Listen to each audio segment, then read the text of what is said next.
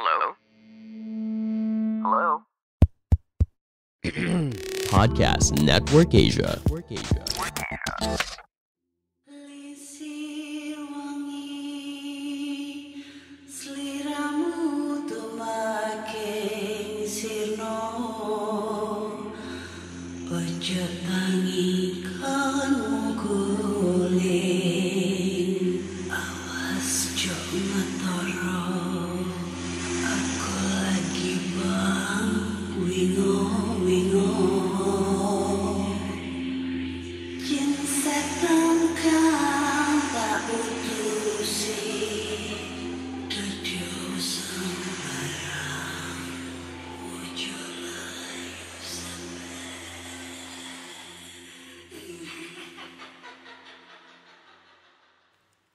Assalamualaikum warahmatullahi wabarakatuh.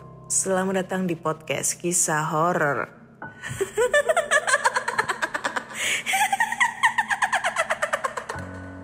Ketemu lagi dengan aku Ana di sini akan membacakan cerita horor ataupun email berhantu yang sudah dikirimkan teman-teman melalui podcast kisah horor@gmail.com ataupun di DM Instagram podcast kisah horor, DM Instagram Ana Olive serta Google Form yang linknya tersedia di bio Instagram podcast kisah horor.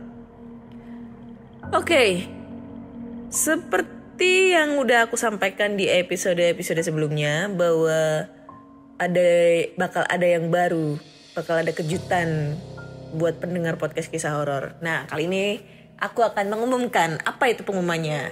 Cie, penasaran ya? Pada banyak yang DM nih. Apa tuh? Apa itu? Jadi podcast kisah horor kali ini udah bekerja sama dengan Podcast Network Asia. Wih, mantap kan? Alhamdulillah, berkat doa kalian, berkat dukungan kalian, podcast kisah horor makin dikenal ya. Wih, Network Asia bro. Jadi buat kalian yang penasaran apa itu Podcast Network Asia, kalian bisa langsung follow Instagram di Podcast Network Asia atau juga follow Instagramnya Podcast Network Indonesia. Oke? Di situ juga bakal nyediain di Podcast Network Asia bakal ada podcast-podcast yang gak kalah hits dari podcast kisah horor. Ya itu dah pokoknya. Seneng deh pokoknya. Seneng banget. Dan tentunya di podcast kisah horor kali ini kalian bisa mendengarkan audio atau suara aku yang jauh lebih jernih, jauh lebih memukau dan menyeramkan. Serem gak sih? Gak tahu ya. Dan juga cerita-cerita horornya bakal lebih horor lagi, lebih fresh dan sangat-sangat horor. Tergantung yang ngirim cerita. Ya, jangan bosan ya dengerin suara aku. Oke, di episode kali ini, mari kita baca-baca cerita-cerita horor atau email berhantu yang sudah dikirimkan teman-teman. Dan cerita pertama langsung aja kita bacakan. Oke. Cerita pertama. Assalamualaikum Kak Ana. Waalaikumsalam. Nama saya Bayu. Saya ingin berbagi cerita pengalaman saya yang baru saya alami pada lebaran kedua kemarin. Wih, baru-baru aja ya. Saya anggap ini masih anget seperti tahu bulat, tapi hanya saja si tahu digoreng dadakan. Dan si putih ini munculnya dadakan. Apaan tuh? Pocong. Jadi judulnya bertemu si putih di atas pohon di malam lebaran kedua. Langsung aja ke ceritanya. Maaf ya kak, kalau penulisannya agak kurang rapi. Tokoh di sini dengan saya sendiri. Jadi pada lebaran kedua ini tidak ada niat pergi pada malam itu. Namun saya teringat ajakan teman saya yaitu Aldi untuk mengunjungi teman saya di Citayam, Depok. Agak jauh dari rumah saya yang berada di Jagakarsa, Jaksel. Pada hari biasa bisa ditempuh 40 menitan. Dan yang bikin saya tidak niat pergi tentu saja karena semua orang yang melakukan mobilitas di hari lebaran ini. Saya saat sebelum berangkat mempunyai firasat aneh. Entah kenapa saya memilih baju batik putih yang bercorak ungu di lemari saya. Padahal masih banyak yang lain dan saya tidak berpikiran aneh di situ. Pas berangkat ke rumah teman saya jam 7 malam, ternyata macet banget. Sesuai dengan info-info di Instagram yang saya lihat sebelum berangkat. Sesuai dengan info-info di Instagram yang saya lihat sebelum berangkat. Titik ini seharusnya bukan koma. Singkat cerita, saya sudah sampai di rumah teman saya di Citayam. Kami mengobrolkan apa saja sampai kami malas untuk membuat topik baru. Dan benar saja, teman saya Aldi pulang jam 9 malam setelah keheningan tadi untuk menemani mamanya yang baru sehat. Tinggal saya dan teman saya yang mengobrol semua hal dari yang serius hingga tidak penting. Singkat cerita, saya memahami kondisi teman saya yang kurang sehat. Saya lalu memutuskan untuk pulang. Ketika saat perjalanan pulang, saya merasa angin sedikit agak kencang selama perjalanan. Kaget. Pas melihat langit, apakah mau hujan? Keraguan saya terhenti pas melihat langit yang pada malam ini sangat terang bulan. Wah, purnama, saya pikir. Indah sekali. Semakin syahdu perjalanan pulang ini tanpa dirasa, saya melihat jam sudah malam hampir jam 11. Saya langsung gaspol pada malam itu lewat jalan raya Citayam, lalu jalan raya Margonda. Kemudian saya kaget sekali. Selama perjalanan saya, kok jalanan sepi sekali. Tidak seramai jam 7 malam tadi. Keheningan selama perjalanan dan warna lampu gedung di jalan menemani saya. Saat saya melewati bundaran akses UI yang mengarah Jakarta, saya teringat dan di sini saya sialnya bersugesti tentang cerita-cerita seram orang saat melewati jalan ini. Saat melewati jalan ini tengah malam. Dan saya pun hanya terus positive thinking dan berdoa selama saya melewati jalan ini. Dan berdoa selama saya melewati jalan ini. Nggak ada tanda bacanya anjir. Dan alhamdulillah saya tidak mengalami kejadian aneh-aneh. Cuma merinding saat sugesti tadi. Sepanjang jalan menuju rumah, saya sangat ingat cerita bapak saya soal sepanjang jalan saya dari kampus Polimedia Kreatif atau Polmed itu dulu adalah kuburan warga sekitar. Jadi dulu kuburan itu dipindah atau ditiban bapak nggak tahu banyak. Karena saat saya kecil sebagian memang sudah jadi rumah warga. Saya tahunya sudah seperti itu. Dan kampus Polmed itu baru sekitar 2019 yang saya ingat. Pas saya melewati sepanjang jalan itu memasuki komplek, anjir, gak ada tanda baca. Saya kaget mengapa mesin motor matic saya seperti tersendat-sendat saat melewati jalan agak menanjak. Dan di sini saya merinding seperti keluar keringat dingin. Karena apa saya terlalu termakan sugesti? Tapi rasa ini berbeda pandangan saya melihat speedometer benar jam 12 malam lewat 10. Cukup lama saya di jalan. Saya melihat ke depan untuk melihat ke depan karena panik.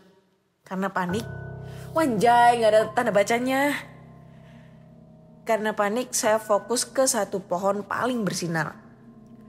Kalau saya lihat ada putih gitu. Paling perasaan saja kali. Tapi pas saya fokuskan dan baca bismillah, ternyata ini bagian seramnya.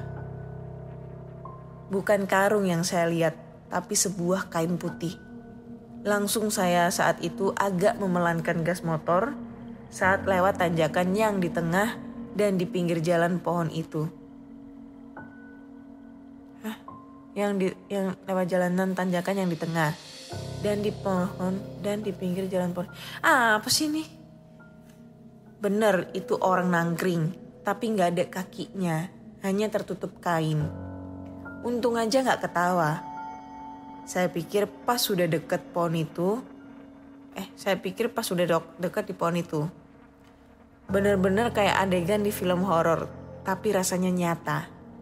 Setelah lewat saya gaspol dan jalan zigzag sambil membaca doa, takut dia ikut di jok motor saya. Dan saya sampai rumah langsung mengucapkan rasa syukur dan mengambil makna setelah melihat si putih di pohon jalan utama kompleks saya. Oke, cerita udah selesai guys. Thank you Bayu buat ceritanya. So, ceritamu itu bagus banget, horornya dapet.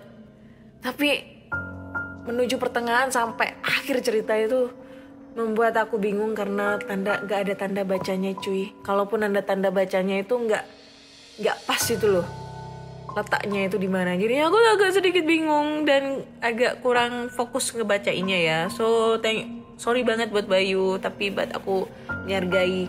Tapi lagi katen bat gitu kan.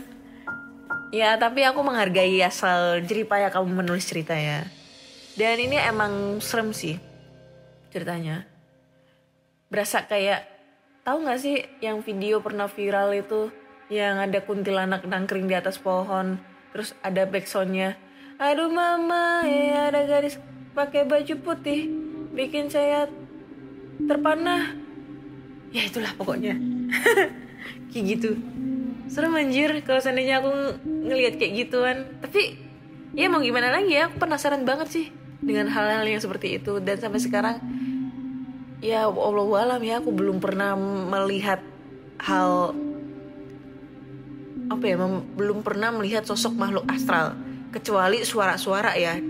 Suara-suara kayak contoh dulu ada suara ketawa di kamar, ada suara ketok-ketok, terus ada suara geser-geser barang, ada yang suara jatuhin barang. Aduh itu sering banget.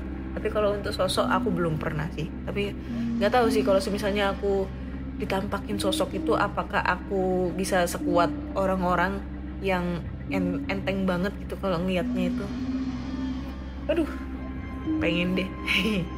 Terus ini yang aku jadi agak pertanyaan, dia habis ngelihat sosok Kunti, terus dia jalan, maksudnya nyetir motornya dalam apa ya? Nyetir motornya jalannya zigzag sambil baca doa. Kalau setahuku sih kalau zigzag itu kalau dia dikejar pocong ya. Kalau dikejar pocong itu kalau kita lari ataupun mungkin naik kendaraan, kalau bisa jalannya zigzag.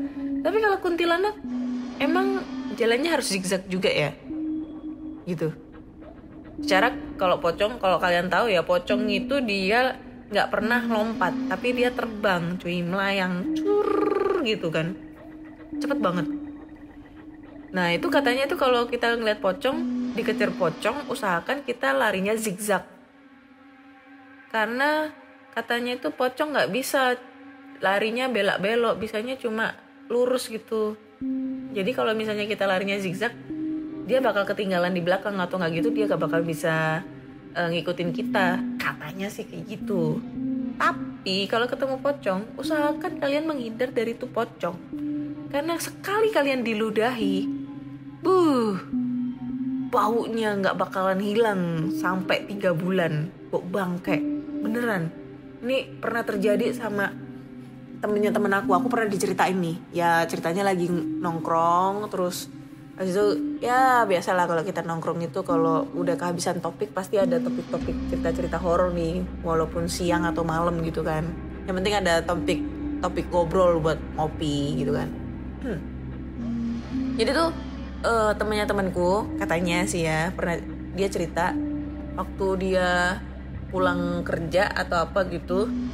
Nah dia tuh ngelewatin area sepi karena kebetulan dia tuh kerjanya di luar kota, dan area rumah tempat kerjanya sama kos-kosnya itu jauh, dan lokasi kos-kosannya itu agak kayak melosok ngelewatin sawah, kebon gitu loh. Nah pas perjalanan pulang dia kebetulan habis lembur, pulang malam, dia kebetulan ketemu pocong. Nah pas ketemu pocong itu dia lari, tapi si pocong dia larinya lurus sih, tapi si pocong itu bisa ngejar gitu loh. Terus nggak tahu entah itu apa ya, pokoknya itu dia ngerasa kayak ada basah-basah di rambutnya gitu loh. Padahal dia itu pakai helm. Nah kan dia mikir kan logika, ini air dari mana? Secara kalau keringat enggak, kalau misalnya kena hujan enggak, karena pakai helm dan posisinya juga nggak kena hujan. Nah pas dicek itu dia cek rambutnya itu, terus dibau, baunya bangkai kayak bangkai tikus yang udah busuk selama seminggu katanya kayak gitu. Pokoknya bau banget dan itu baunya nggak hilang-hilang sampai 3 bulan. Jadi baunya bisa hilang katanya dia datang ke, kan mikirnya dia itu kan ini penyakit ya. Tapi pas dia cerita ke saudaranya, terus dia bilang kayak ada yang ketemu pocong, habis itu ada yang basah-basah di rambutnya, dia temennya apa saudaranya itu bilang kalau dia itu habis diludahin dan sembuhnya itu harus apa ya, mandi kembang atau mandi di ini, pokoknya di sumber mata air kayak kali-kali yang masih jernih airnya gitu loh, yang ada air terjunnya gitu. Dia harus mandi di situ supaya ngilangin baunya. Katanya sih kayak gitu, tapi ya nggak tahu itu beneran apa enggak. Tapi kalau banyak orang bilang sih ludah pocong itu harus dihindarin, kalau enggak baunya nggak bakalan hilang gitu katanya. So buat kalian semua mungkin ada pengalaman tentang pernah diludahin pocong ya, selain diludahin mantan atau diludahin pacar lu sendiri, mungkin pernah diludahin pocong, langsung aja kirim ceritanya ke podcast kisah horor. Kalau diludahin pacar atau selingkuhan lo, nggak usah cerita di podcast kisah horor. Itu nggak horor, itu jadi jatuhnya. Itu berasa suatu apa ya? Yo derita lo. Anjay. Oke, next kita langsung aja ke cerita kedua. Oke. Mana ya? Halo podcast kisah horor. Kali ini aku mau bercerita.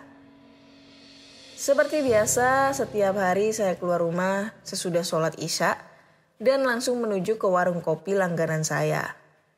Dan sesampai di sana, teman-teman saya sudah pada berkumpul di luar warung kopi. Lalu saya bertanya, "Kenapa kalian pada duduk di luar?" tanya saya. Dan satu teman saya langsung menjawabnya, "Ya kami nungguin kamu lah. Hari ini kan si Rahmat ulang tahun. Dia mau traktir kita nih," kata teman saya. "Oh iya, saya lupa sob," jawab saya. "Lalu mau traktir kemana nih?" Dan teman saya yang ulang tahun bilang, "Sudah, lu ikut aja." Sekitar pukul 9 malam kami sampai di sebuah kafe minuman yang lagi ramai. Malam itu adalah malam minggu. Gak heran lah kalau kafe itu ramai. Kami langsung cari tempat duduk yang kosong dan langsung saja duduk di sana. Dan teman saya langsung memesan minuman buat kami semua. Malam itu penuh tawa bahagia karena kami bercanda bareng di kafe itu sambil lihat-lihat cecak. Cewek cakep. Wanjay, cecak anjir. Cicak, cecak. Dan gak terasa hari sudah hampir menunjukkan jam 12 malam. Lalu saya mengajak teman-teman saya untuk pulang. Di tengah perjalanan kami pun satu persatu berpisah untuk pulang ke rumah masing-masing. Tapi ada juga teman saya yang nyambung duduk ke warung kopi. Tinggal saya dan teman saya yang saya bonceng. Lalu dia ngajak saya tidur di rumahnya. Karena orang tuanya lagi keluar kota lihat acara pesta perkawinan anak temennya di sana. Dan dia cuma tinggal sama nenek dan satu adiknya laki-laki. Saya pun langsung menuju rumah teman saya itu. Dan di jalan, saya mau berhenti untuk buang air kecil. Tapi teman saya bilang, "Sudah, tahan aja bentar. bentar lagi udah sampai rumah saya kok, bilangnya. Saya pun lanjutin jalan.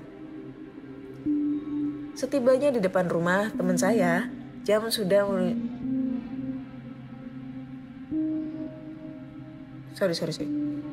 Jam sudah menunjukkan pukul 12:30 malam.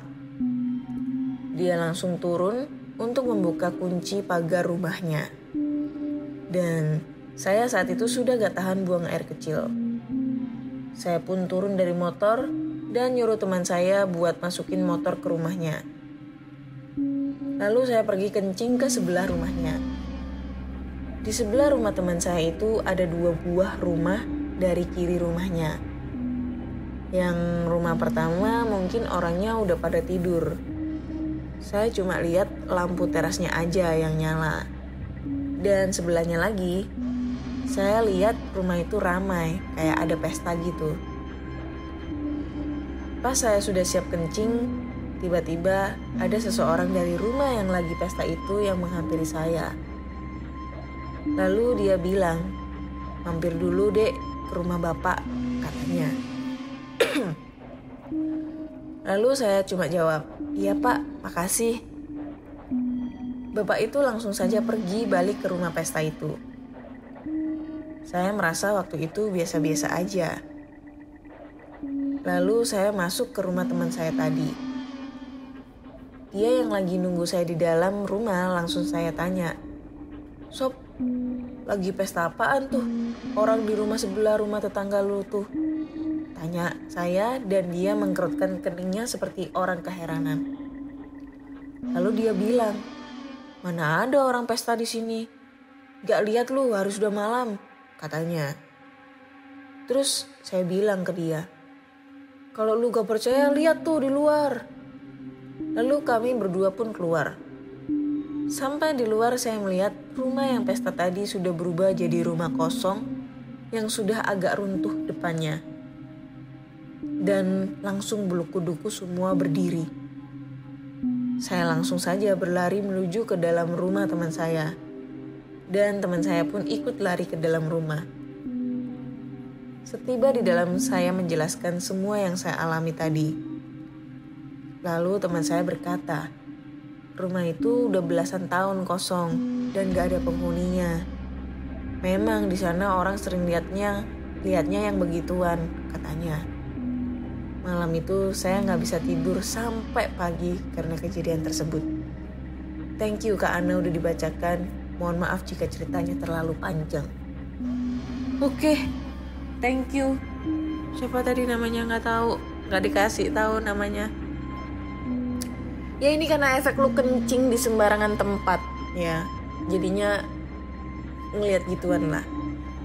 Ya itulah pokoknya. Ya biasalah kalau cowok-cowok itu gampang banget ya mau kencing di mana aja. Kencing di pinggir jalan, di pinggir tembok, di pohon, di mana, di mana aja lah, di pinggir jalan di mana aja lah, tinggal standartin motor langsung kencing. Cuma buka resleting, udah. Beda dengan kami para wanita. Mau kebelet kencing itu harus nyari toilet dulu, entah itu di pom bensin, entah itu di minimarket. Nggak bisa kami tahan itu. Nggak bisa kami itu kencing seperti kalian di pinggir jalan. Mau gimana kita kencing? Apakah kita harus pelorot dulu celananya, terus habis itu kita kencing seenaknya gitu kayak kalian? Kita nggak bisa sebebas itu, karena kita harus lepas dulu celananya. Celana luar, celana dalam, jongkok, pipis. Kalaupun kita pipis di rumput-rumput, yang jadi resiko adalah itu rumput nyocrok, jadinya gatel-gatel. Beda sama kalian. Kalian pipis dengan berdiri, kita pipis dengan jongkok. Sedihnya para perempuan seperti ini. Itu ya. So buat kalian semua ya, buat para lelaki lah atau siapapun itu, kalau bisa tuh pipisnya tuh jangan sembarangan guys. Pipis, ngeludah, ataupun mungkin ngomong-ngomong yang tidak baik gitu, jangan di tempat sembarangan, ataupun mungkin ya membuat tempat yang sekiranya kita tuh asing banget. Karena di setiap lokasi tuh pasti ada penghuninya. Jadi kalau kalian pipisin itu pasti mereka juga nggak terima gitu loh, bau pesing gitu loh tempat mereka. Masa iya mereka harus kalian suruh kuras itu apa, ngosekin, bersihin, kan nggak mungkin gitu loh. Mau dilap pakai apa gitu, mau pakai bajunya Kunti gitu dilap. Sedangkan yang kalian pipisin adalah bajunya sendiri. Bingung kan nyucinya kayak gimana, najis, harus pakai pasir dulu. Gitu anjir. Aduh, susah ya jadi perempuan. Pipis aja susah. Mau kebelet pipis tuh harus nyari tempat buat pipis dulu. Kalau udah kebelet banget ya mau nggak mau ngompol. Kalau cowok mah seret berpipis nih, standar di motor, cari pohon, cari tembok, langsung keluarin, selesai, nggak basah. Berdiri aja pipisnya, nggak pakai jongkok. Coba kalian rasakan pipis jongkok itu kayak gimana. Ya intermezzo ya guys, gak usah dibawa santai aja. Oke, next kita lanjut ke cerita berikutnya. So buat kalian semua ya, aku ingetin lagi, jangan ini ya, jangan pipis sembarangan, jangan geludah sembarangan, jangan berkata kasar di tempat yang sekiranya asing, karena di lokasi yang tidak kita kenal itu juga ada penunggunya. Jadi kita harus saling menghormati guys, gitu kan. Contohnya juga di rumah, kalau kalian di rumah kamar mandi itu jangan lupa dibersihin, dikosekin biar nggak pesing baunya, karena ya bau kotor, lembab atau segala macam itu adalah tempat ternyaman buat mereka untuk menempati lokasi tersebut, yang sehingganya bakal keganggu kalian gitu loh. Oke. Siapa di sini yang suka nonton film horor? Sama nih kayak aku. Aku tuh suka banget nonton film horor, apalagi yang lagi tayang di bioskop. Tapi kadang suka kesel, giliran mau nonton, filmnya udah selesai. Bingung mau nonton di mana. Secara di YouTube juga nggak ada. Nah, akhirnya aku punya ide nih. Aku pakai VPN buat ngakses film horor yang nggak bisa diakses di Indonesia. Aku kerjasama dengan NordVPN melalui Podmetrics supaya kamu bisa mengalami pengalaman yang sama nih kayak aku. Mereka lagi punya promo 73% untuk rencana 2 tahun plus 4 bulan gratis. Caranya gampang banget, cukup gunakan link di description podcast aku dan gunakan kode KISAH KISAH sebelum checking out. Mereka juga menawarkan 30 hari promo garansi uang kembali. Apalagi yang kamu tunggu? Silakan daftar NordVPN sekarang. Next, kita lanjut ke cerita berikutnya. Ini udah apa belum ya? Oke.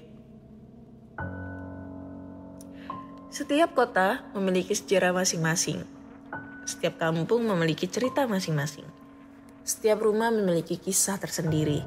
Dan kisah berikut ini adalah kisah nyata yang terjadi di sudut utara Yogyakarta. Jadi Kak Ana, saya tinggal di sebuah kampung yang konon dulu lumbung bekas korban PKI. Cerita itu benar atau tidak, yang jelas banyak tetangga mempercayai kisah tersebut. Letaknya di perumahan Banteng Baru. Kalau Kak Ana ingin tahu, perumahan Banteng Baru letaknya berada di belakangan Angkringan Mojo. Perumahan ini terdiri dari 7 bagian. Dari Benteng Baru 1 sampai 7. Dulu orang tua saya ngontrak di sebuah rumah yang terletak di Banteng Baru 3. Sebuah rumah petak sederhana. Saking sederhananya, harganya pun sederhana. Pemilik rumah mengatakan, dari seluruh rumah yang dikontrakkan, rumah ini adalah yang termurah. Karena saat itu, orang tua tak ingin mencari-cari lagi, rumah ini kemudian menjadi rumah kontrakan pertama. Ditempati selama 8 tahun, mulai dari 91 sampai 99. Sekilas tidak ada yang aneh. Namun, kalau dilihat dari luar, rumah ini memang singup. Seperti ada makhluk asing yang menempatinya. Awalnya saya tak yakin, begitu pula orang tua saya. Tapi saat itu sang pemilik kontrakan memberikan kabar yang mengejutkan. Bapak ini orang pertama yang mengontrak di sini. Sebelumnya tak ada yang mau karena katanya angker. Makanya saya kasih harga paling murah. Bapak saya tak peduli. Toh asal dia tak mengganggu kita, segalanya biasa saja. Kenyataannya lain. Perkataan pemilik kontrakan bukan isapan jempol belaka. Pada minggu-minggu awal tak ada sesuatu yang terjadi, baik siang maupun malam hari. Namun, semua berubah ketika memasuki bulan ketiga. Bulan yang kami sebut bulan perkenalan. Setiap maghrib, saat Bapak hendak pergi ke masjid dengan motor, selalu ada keanehan terjadi pada motor. Motor sudah posisi on. Tinggal di starter tangan, gagal. Bahkan hingga percobaan ketiga, begitu pula saat mencoba starter kaki, gagal. Hingga percobaan ketiga pula. Akhirnya motor kembali dalam posisi off. Kemudian dinyalakan kembali dengan starter tangan. Ajaibnya kali ini berhasil. Bapak hanya bingung. Dan peristiwa ini berlanjut dari bulan keempat hingga keenam. Jika Bapak diisengi saat maghrib, gangguan yang sebenarnya akan terjadi selepas maghrib. Kadang ada ketukan tak jelas di langit-langit. Tapi gangguan lain lebih banyak terjadi di area pagar. Kejadian paling mencengangkan terjadi saat menjelang tidur. Saya adalah orang terakhir yang tidur. Maklum, saat itu musim film Baywatch atau MacGyver. Wih, Baywatch, film legenda itu. Bagus banget. Jadi sayang untuk dilewatkan. Menjelang film selesai, ada ketukan di pintu sebanyak 3 kali. Awalnya saya hiraukan. Kembali diketuk 3 kali. Saya anggap angin lalu. Bukannya berhenti, malah menambah ketukan hingga menjadi 5 kali.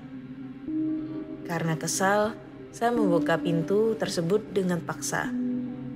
Dan kamu tahu apa yang saya lihat?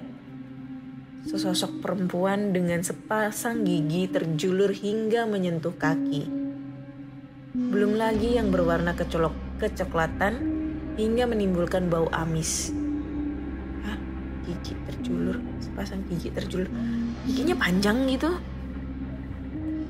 Dan yang paling mengerikan adalah matanya. Kak Ana tahu Mad Eye dalam film Harry Potter? Ya begitulah bentuknya. Saya menangis sejadi-jadinya. Bapak dan ibu saya mungkin sedang memadu kasih terbangun seketika. Bapak lari ke depan melihat saya menangis, kemudian memeluk saya. Menenangkan. Saat Bapak mengecek keluar, tak ada apa-apa. Hanya angin yang berhembus dari selatan menuju utara. Setelah peristiwa itu, saya lebih suka tidur awal, melewatkan 2 film tersebut. Apa boleh buat, daripada saya bertemu dia lagi. Saya pun enggan mengingatnya walaupun wajahnya hingga kini masih membekas di pikiran saya. Esoknya giliran Bapak yang mengalami kejadian serupa. Bapak melihat ibu sedang duduk santai di ruang tamu dengan mengenakan gaun merah. Saat dipanggil, ibu bukannya menoleh, tapi lebih memilih keluar rumah. Lantas, Bapak pun mengikuti langkah ibu. Saat menuju halaman, terdengar suara ibu memanggil Bapak dari dapur. Karena terkejut, Bapak menoleh ke belakang dan menjawab panggilan ibu. Namun sepersekian detik, Bapak berpikir, kalau dari belakang suara ibu, maka di depan itu siapa? Saat kembali menoleh ke depan, dia sudah tidak ada. hilang, lenyap, tak berbekas. Bapak hanya terdiam dan berdoa. Anjir, serem jir. Peristiwa tersebut berulang hingga beberapa tahun selanjutnya. Sampai-sampai kami terbiasa dengan tingkah laku dia. Suka muncul dan menghilang tiba-tiba. Namun kali ini lain. Ibu mengalami peristiwa tidak biasanya. Saat menjelang tidur, ibu memperhatikan ruang tamu. Ternyata ada dia. Lampu dimatikan. Ia duduk menundukkan kepala. Aduh, kok merinding. Oh my god. Ia duduk sembari menundukkan kepala dengan rambut tercuntai hingga menjalar kemana-mana. Lampu dinyalakan, ia menghilang. Lampu dimatikan kembali, kali ini ia berdiri di pojokan sembari kepalanya menghadap tembok. Anjir. Kayak lights out, anjir. Sumpah, serem anjir. Tapi dari sekian malam, hanya malam Jumat Legi yang paling menakutkan. Bapak pulang dari latihan karate saat maghrib.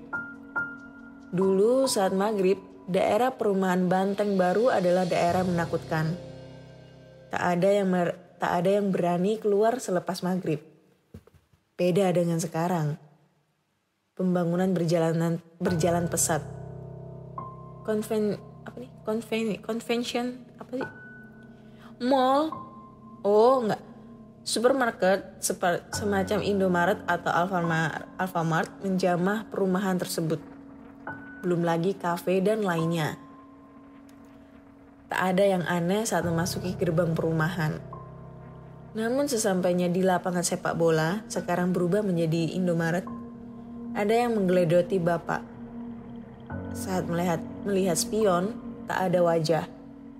Namun saat sekelebat wajah Bapak menoleh ke belakang, ada peti yang terangkut. Anjir, peti kosong. Entah maksudnya apa. Anjir, peti mati ya mungkin ini ya. Sesampainya di rumah, Bapak menceritakan peristiwa tersebut kepada kami. Kami hanya bisa berdoa. Namun tiba-tiba ada suara wanita menangis di halaman. Saya dan ketiga adik serta ibu hanya duduk di ruang keluarga sembari berdoa. Saat Bapak menuju halaman, suara tersebut pindah ke kamar mandi. Dikejar lagi, suara pindah ke kamar tamu. Dikejar kembali, kali ini suara tersebut pindah ke dapur. Bapak berjalan pelan menuju dapur. Sesampainya di sana, suara tersebut menghilang. Sekitar 5 menit kemudian, suara tersebut muncul di halaman belakang. Lebih tepatnya, berada di pohon nangka.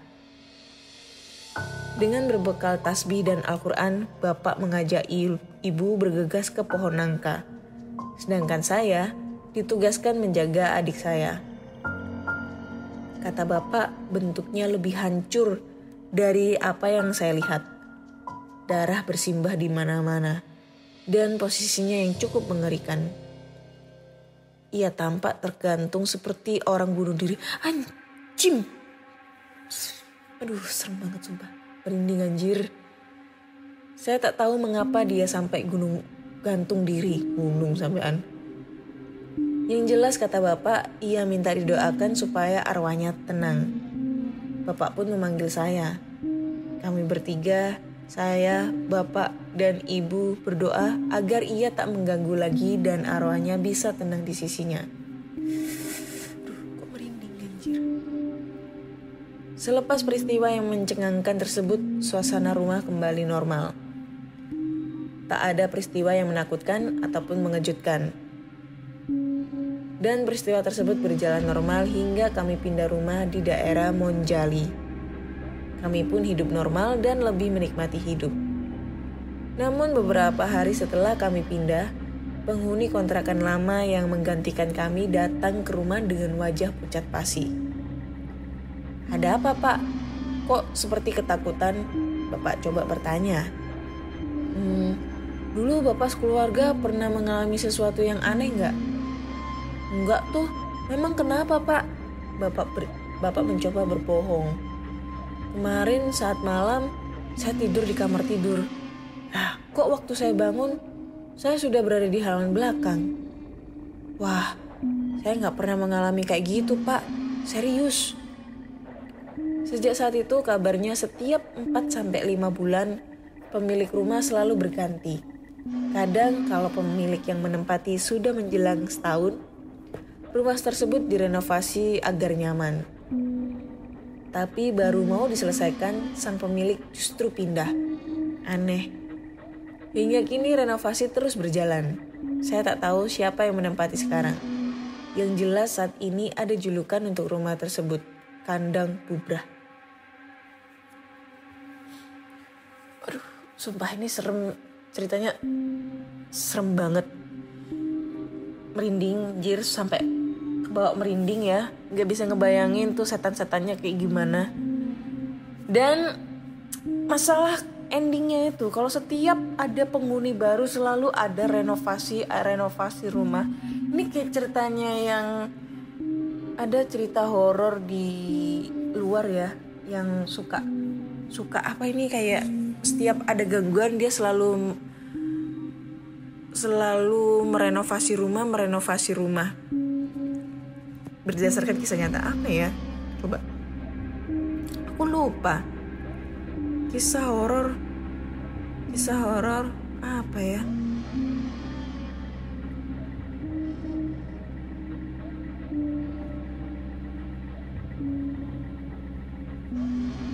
Coba ntar sih.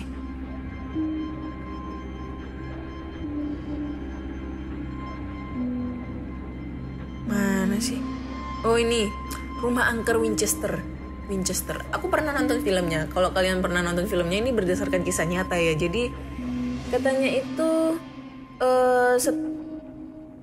Winchester itu dia adalah seorang yang pengusaha senjata api atau apa gitu. Terus dia meninggal karena menembakkan diri atau apa gitu loh. Terus pokoknya itu setiap ada gangguan selalu, pokoknya itu apa ya, setiap hari harus ada penambahan ruangan gitu loh, ada renovasi rumah lah setiap tahunnya kayak gitu. Pokoknya nggak berhenti sampai rumahnya tuh gede banget. Kalau kalian penasaran, kalian bisa nonton aja di YouTube, ada kok kayaknya. Atau mungkin kalian bisa download masuk link NordVPN. Nah itu bisa akses film-film horor luar yang nggak bisa diakses di Indonesia. Itu keren banget filmnya. Dan itu berdasarkan kisah nyata. Ini kayaknya kayak gini nih, kayak ceritanya si Mas siapa ini, lupa tadi namanya siapa.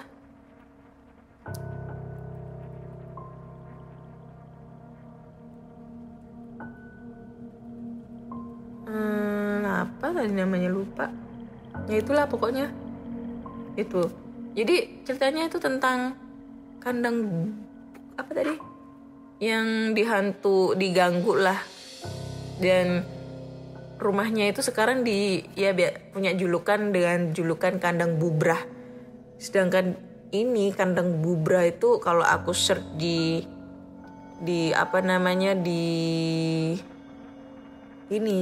Google, banyak banget tentang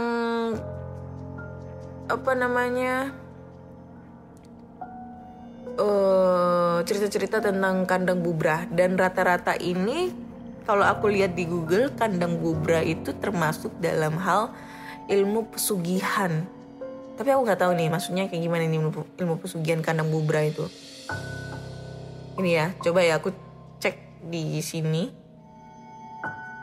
Kandang Bubrah itu apa sih?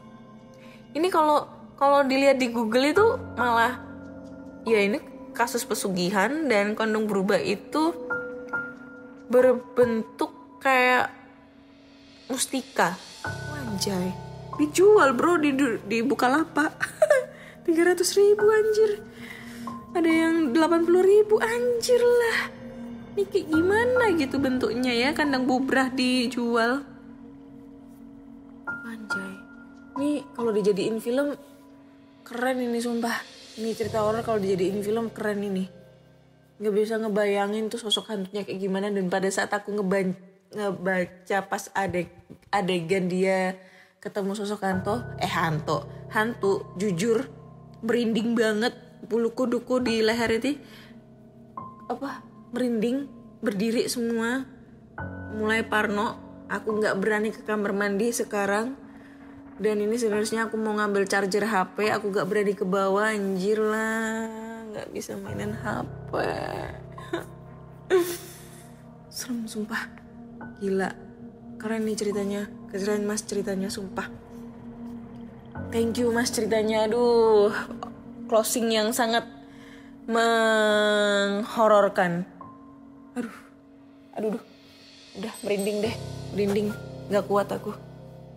Oke deh, udah 3 cerita yang udah aku bacain di episode kali ini. Thank you banget buat teman-teman semua yang udah ngedengerin podcast kisah horor. So buat teman-teman semua yang pengen bagi-bagi cerita, pengalaman pribadi, entah itu pengalaman kalian sendiri, kakak, adik, ayah, ibu, kakek, nenek, atau siapapun itu juga, kalian bisa langsung aja kirim cerita kalian ke podcastkisahhoror@gmail.com ataupun di DM Instagram podcast kisah horor, DM Instagram Ana Olive, serta Google Form yang linknya tersedia di bio Instagram podcast kisah horor. Jangan lupa follow Instagram podcast kisah horor agar kalian selalu nggak ngapa-ngapain sih, follow aja biar jadi selebgram akunya. Terus jangan lupa follow juga podcast kisah horor di Spotify agar kalian selalu update cerita-cerita horor terbaru. Dan jangan lupa follow juga Instagramnya Podcast Network Asia dan Podcast Network Indonesia. Dan di situ nanti kalian bisa mengetahui podcast-podcast yang sangat digandrungi banyak orang itu apa aja. Di situ banyak referensi podcast-podcast masa kini gitu, termasuk podcast kisah horor. Oke, thank you semua buat yang ngedengerin podcast kisah horor. Akhir kata saya Ana, mohon undur diri. Bye-bye. Pandangan dan opini yang disampaikan oleh kreator podcast, host, dan tamu tidak mencerminkan kebijakan resmi dan bagian dari Podcast Network Asia. Setiap konten yang disampaikan mereka di dalam podcast adalah opini mereka sendiri dan tidak bermaksud untuk merugikan agama, grup etnik, perkumpulan, organisasi, perusahaan, perorangan, atau siapapun dan apapun.